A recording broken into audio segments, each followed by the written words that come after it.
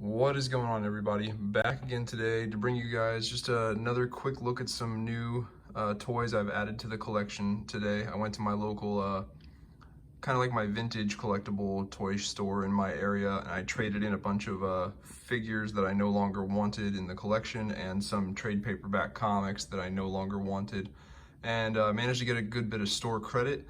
And I found some stuff there that I wanted to get. So they had the Invincible and Omni-Man figures from Diamond Select. These are based on the animated TV show from Amazon Prime, but that show does a pretty good job of adapting the comic and how the comic looks.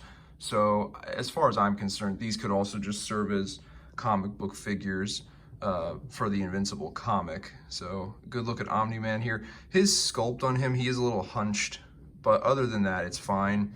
And his cape is it's a plastic cape, obviously, but it's more plastic than rubber. You know what I mean? It's not the softest, most pliable of these types of capes. It's kind of rigid, actually, but it's not a big deal. It doesn't really hinder him. They both came with flight stands and just regular base stands. They both came with they each came with an alternate head that's got like kind of like a grimace, angry expression on the face. And then they each came with some interchangeable hands, you know, open hand, two fists, and then they came with a baseball glove hand, and then they also came with one of them came with a baseball, just a plain baseball, and the other one came with like the baseball, but it had this like heat trail effect on it. I have those accessories put away, but they're pretty cool accessories. The articulation on them is not terrible, you know, it's not, I wouldn't say it's amazing, but you can do some pretty cool posing and stuff with these guys. You can kind of just see where the articulation is on it. You can see the kind of articulation that it is, and yeah. These are not the stands that the figures came with, by the way. These are McFarlane DC Multiverse based stands, but I actually really like these stands, so I just use them for pretty much everything. So yeah, Invincible and Omni-Man, found those today.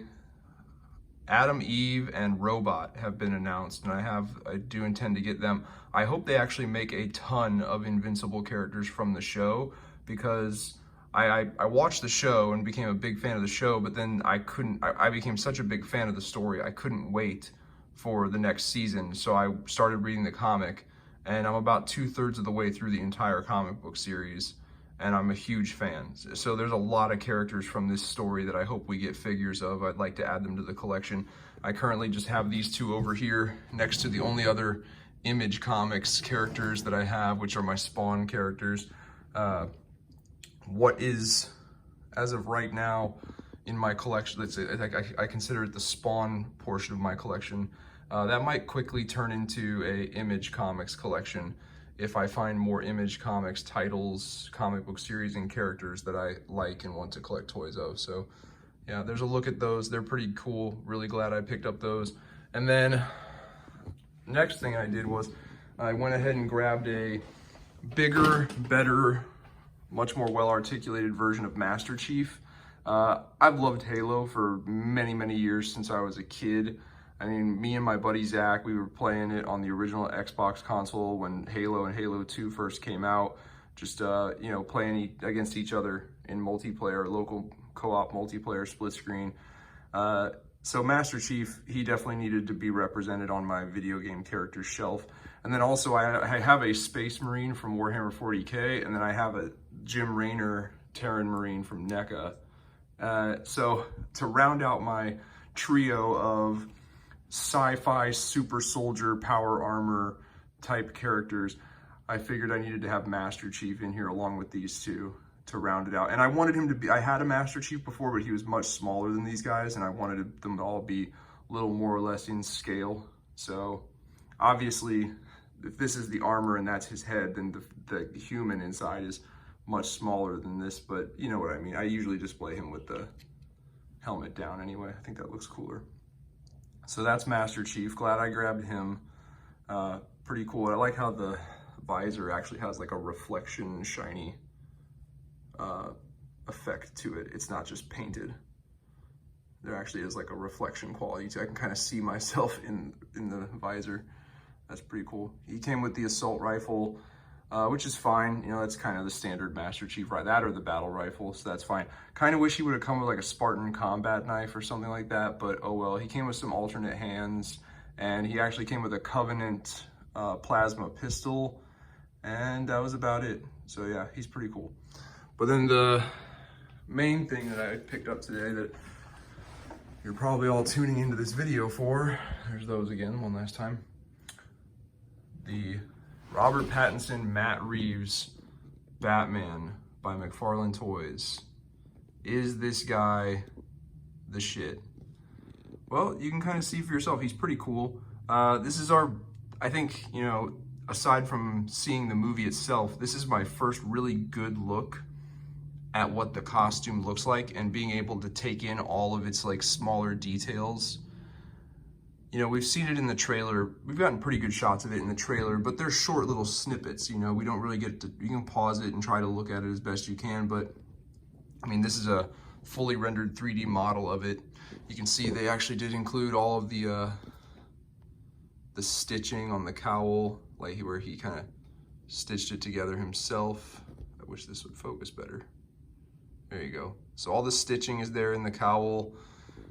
It is I am happy about this. It is, in a way, a black and gray costume. The bodysuit, like the torso, the sleeves, the pants, they are all just a very, very dark gray. And then the boots, gloves, cape, and cowl, they are black.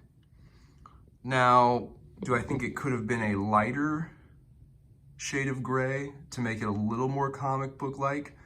Yeah, I think they could have gone that route, but I just don't think they wanted to. I think they're trying to go, if you ask me, if I had to sum it up, I think what they're trying to do with this movie is they're like, hey, let's see if we can redo the Dark Knight trilogy in a way, like with better fight choreography and a younger actor. And yeah, it just seems, it's like, it's gonna be another Batman movie that'll probably turn into a Batman movie series that's very much so grounded in dark realism, but it'll probably have better action scenes, better fight choreography. That's all I'm seeing. Now, is that a problem? No. I mean, I was one of those people who always felt like the Dark Knight trilogy and Chris Nolan's version of Batman could have worked in the DCEU. I think he would have needed a slight costume change to kind of fit in more with other DC characters in the other DC movies. But I think that the lore and the mythos and the overall story that they had constructed around Chris Nolan's Batman, you know, he was super smart, he was a genius, he was a trained ninja, he was a detective, he had the billions of dollars, he made all the gadgets, you know, he made that, like, look at Dark Knight Rises, he made that damn Batwing Batplane thing, like, or at least his company did, you know?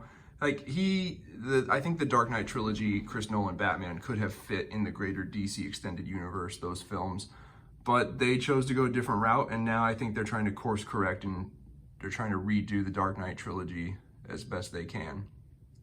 But if anyone's wondering how this guy looks, like, with alongside other, you know, representations of like live action DC characters and stuff, he looks pretty good. I've got him here with the other McFarlane DC Multiverse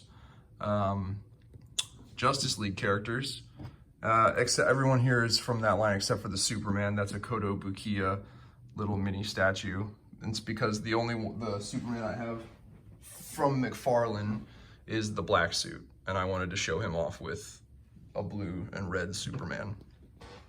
So, you know, looking at these 6 here, you got your Cyborg, Flash, Batman, Superman, Wonder Woman, Aquaman. And I know Aquaman doesn't wear this costume anymore. You know, he got the more classic costume in his solo movie. But I mean, looking at this looks pretty good. This looks pretty good. My hope is, so right now, my prediction is that this Batman movie is gonna be awesome. And then my hope going forward from that is that they decide to incorporate this Batman into the DCEU as the main DCEU Batman.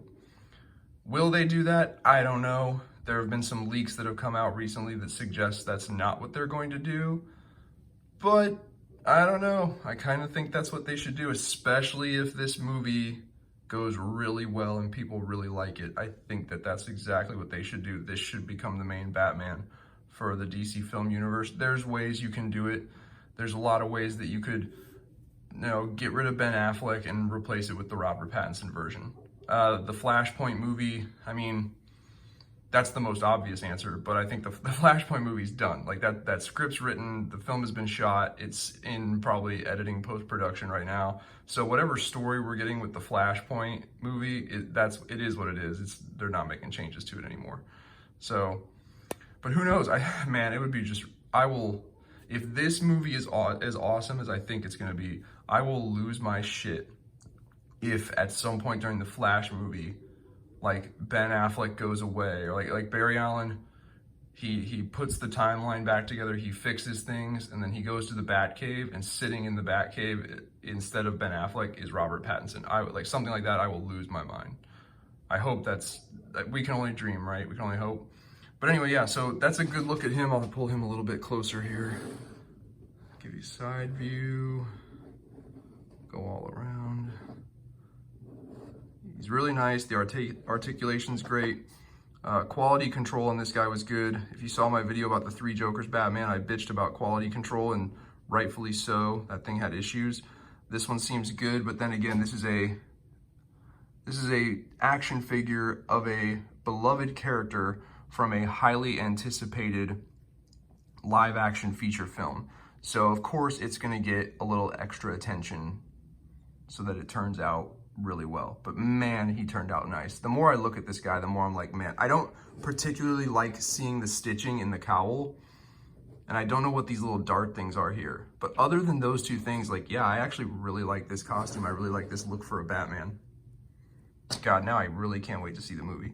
All right, so yeah, that's everything I picked up today. Let me know what you guys think. Leave some comments below.